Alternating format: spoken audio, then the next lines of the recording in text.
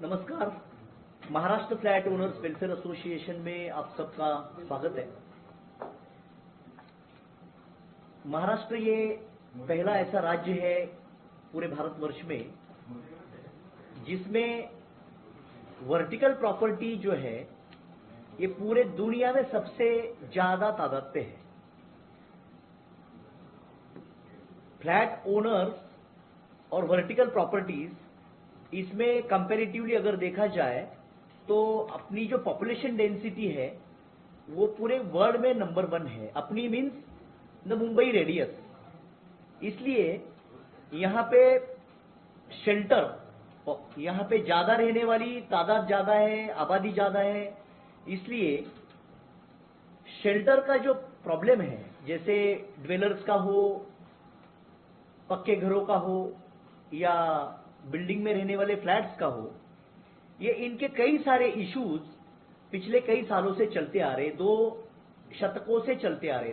1850 से लेकर ये समस्याएं मुंबई रेडियस में, महाराष्ट्र में ज्यादातर पे है। इसमें ज्यादा समस्या ऐसी है कि एक तरफ से बिल्डर है जो फ्लैट मुहैया करते हैं और एक तरफ से फ्लैट ओनर है जो फ्लैट खरीदते हैं। ये हो गया पक्के घरों के बारे में। हम लोग अगर बोलेंगे कि स्लम में क्या है या कच्चे घरों में क्या है, सब तो पक्के घर में नहीं रहते, सब कुछ लोग तो अभी स्लम में रहते हैं या स्लम यानी कि कच्चे घरों में भी रहते हैं। तो उनको ग्राउंड लैंड में होने के कारण और बड़ी आबादी होने के कारण वहां पे डेवलपर जाते, बिल्डर जाते, उनको बोलते कि भैया आपको हम यहाँ पे बिल्डिंग तैयार करेंगे, बिल्डिंग खड़ी करेंगे और उसमें आपको घर देंगे। ये कमिटमेंट करते हैं, इसलिए वो जमीन खाली करते हैं, पुराना जो है उनका जो शेल्टर है वो खाली करते हैं और उसके बाद वो जमीन का कब्जा डेवलपमेंट के स्वीट नेम पे वो किया जाता है। उसके बाद में उनको न भाड़ा मिलता है, न घर मिलता है, न कन्वेंस मिलता है, न कुछ मिलता है। ऐसे कई सवाल अपने मुंबई रेडियस में, महाराष्ट्र में फ्लैट ओनर्स के बारे में सदियों से चलते आ रहे हैं। अभी फ्लैट ओनर्स ये डिसऑर्गेनाइज है, ये असंगठित है, इसलिए इनकी तरफ से लड़ाई लड़ने के लिए कोई मंच प्रॉपर तरीके से प्लेटफॉर्म नहीं था। ये मद्देनजर रखते हुए हमारे founder chairman Mister CS Reddy ji ने एक कॉन्सेप्ट ऐसा किया कि इसमें जो फ्लैट ओनर्स डिप्राइव हो रहे, जिनके राइट्स वायलेट हो रहे, जिनके ऊपर अन्याय हो रहा है, और एक फ्लैट ओनर छोटा एक अहम हिस्सा होता है सोसाइटी का, वो हजारों करोड़ के बिल्डर से नहीं लड़ पाता। इसलिए संगठित रूप से उनके लड़ाई, मतलब हम उनके बिल्डरों के दुश्मन नहीं है। टेक्निकल लड़ाई ऐसी होती है कि बिल्डर जमीन ले लेते हैं, उसके जगह पे कोई स्ट्रक्चर खड़ा करते हैं और स्ट्रक्चर खड़ा करने के बाद उसमें जो रिहेबिलिटेशन वाले हैं उनको घर नहीं देते, बुकिंग वाले से घर का पैसा लेते हैं, ना बुकिंग वाले को देते हैं, ना रिहेबिलिटेशन के जो डिप्राइव्ड ड्वेलर्स को है उनको नहीं देते।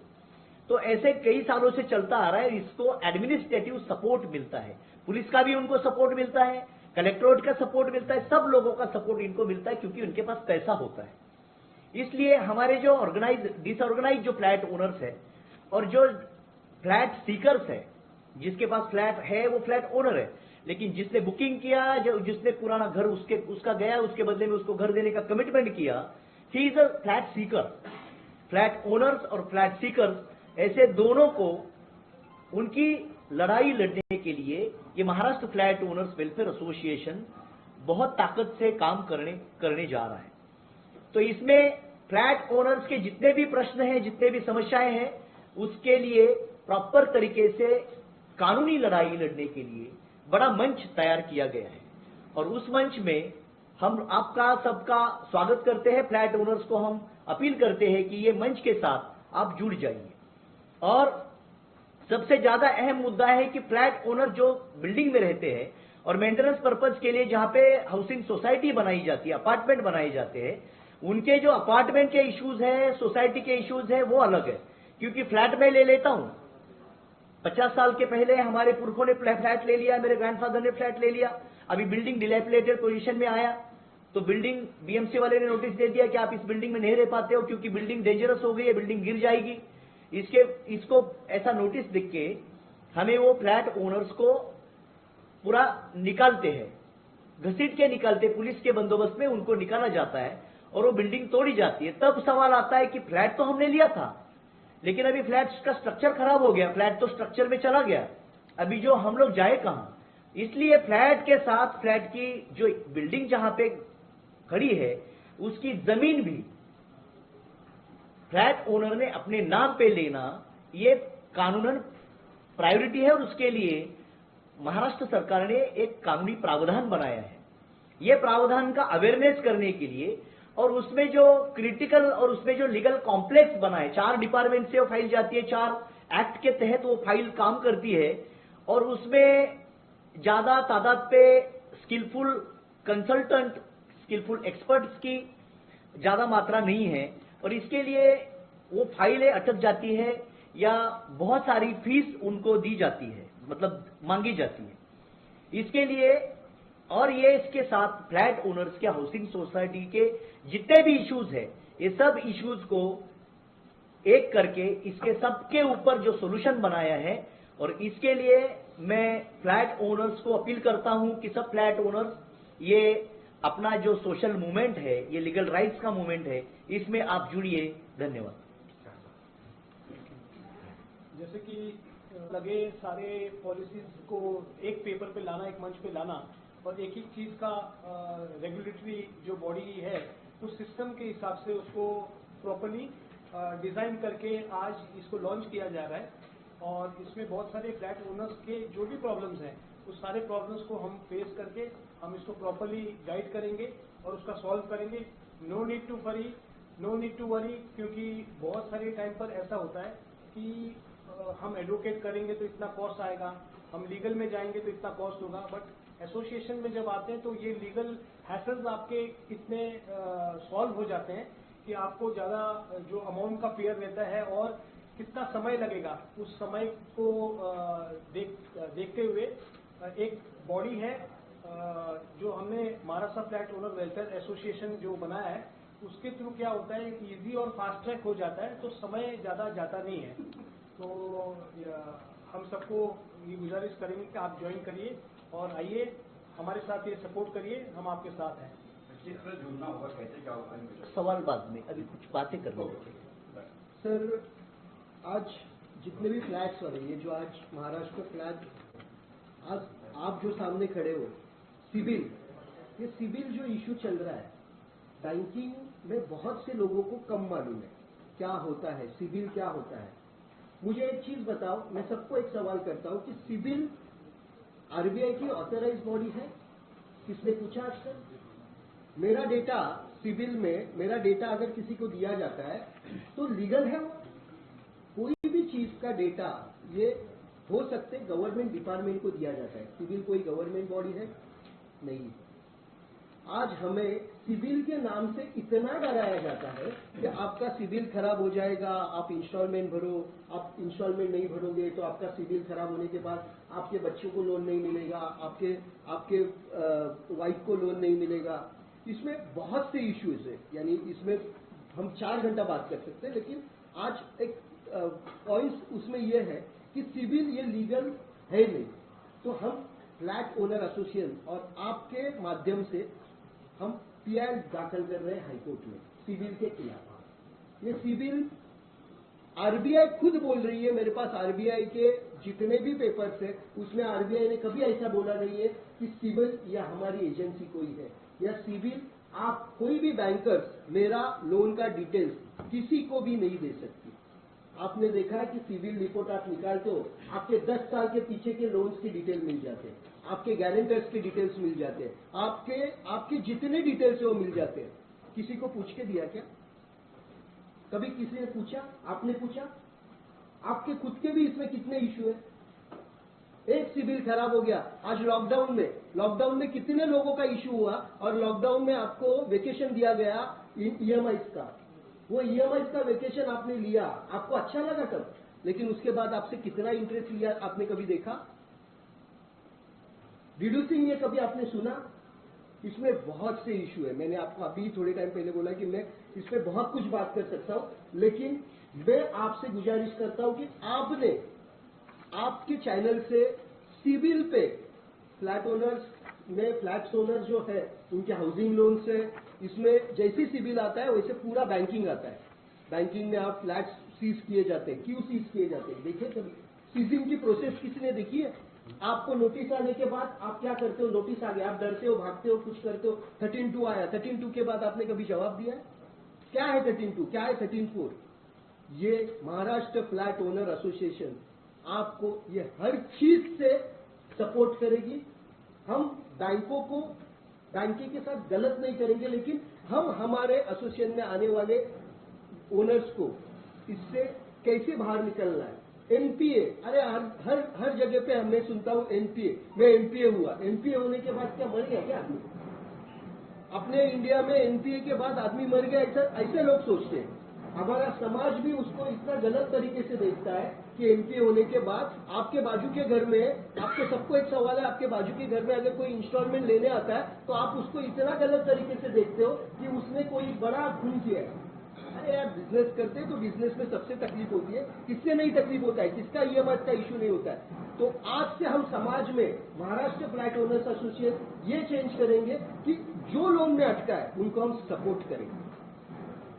लीगल तो हम करेंगे, साथ में आप चैनल्स वाले हमें हर चीज में आपका हमें साथ चाहिए, और ये जितने भी बैंकिंग इश्यू कर रहे हैं वो आप सपोर्ट करोगे। सुमित सर। सारी सोसाइटी हम लोग ने जब रिसर्च कर रहे थे तो हमें पता चला कि बहुत सारी मुंबई की ऐसी सोसाइटीज है जिसमें डीम कन्वेंस का काफ़ी प्रॉब्लम्स है। तो हमारी संस्था ने एक स्ट्रक्चर्ड वे में डीम कन्वेंस को फैसिलिटेट करके डीम कन्वेंस लाने का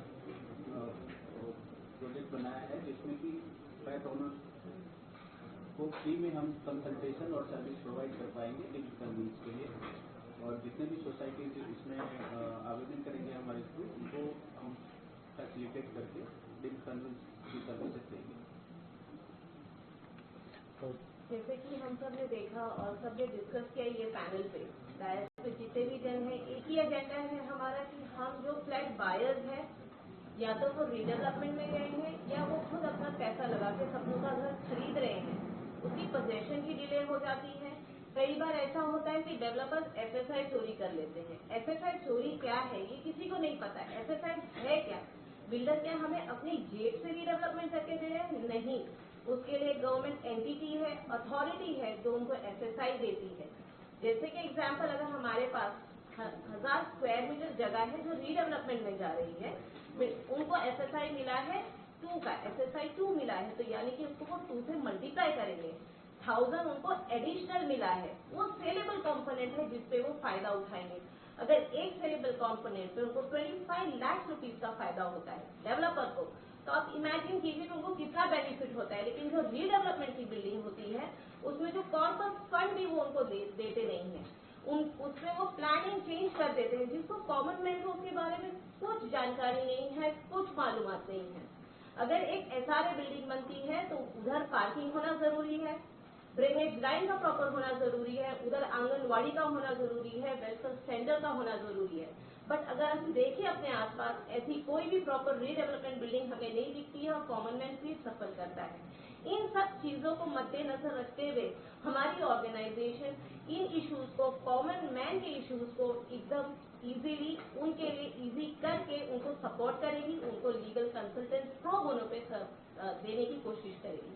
यही हमारा मेन विजन और एजेंडा है कि जो कॉमन मैन के राइट से पर्टेनिंग टू सपनों का घर, उसको वो प्रॉपरली मिले, ना कि डेवलपर उसको बीच में खा जाए। सबसे अहम मुद्दा यह है, फ्लैट ओनर्स के उसको शिकार की तरह से नोच नोच के खाते हैं। एग्जाम्पल, पहले तो उसको बिल्डर खाता है।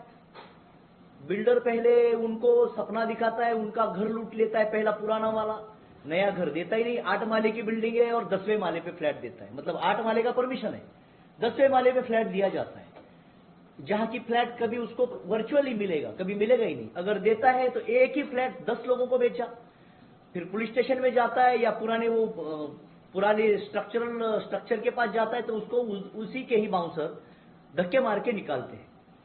ये हो गया बिल्डरों का। फिर वो जो एडिशनल एरिया बोला है वो नहीं देता रीडेवलपमेंट के मैटर में। अगर बुकिंग किया है, फ्रेशर है अगर सेलेबल में, तो फिर उनको जो कमिटमेंट किया है वो एमिनिटीज नहीं देता। Additional area, carpet area, super carpet area, इसमें घपले कर किया जाता है। ये बिल्डर का हो गया नोचना। दूसरा, फ्लैट के हाउसिंग लोन के प्रति वो एक हाउसिंग लोन ट्रैप चल रहा है। हाउसिंग लोन की जो कंपनियां हैं, ये जो एनबीएफसी नहीं आई है, इनका मिलीभगत है कुछ सरकारी अफसरों के प्रति। जो सरफेसी एक्ट में जिनको पावर्स दिए हैं, उनको पावर इसलिए दिए हैं कि बैंकों का पैसा ना डूबे, डिपॉजिटर्स का पैसा ना डूबे। लेकिन ये डिपॉजिटर्स के पैसे से जो बैंक चलती है, ये तो पब्लिक फंड से चलती है।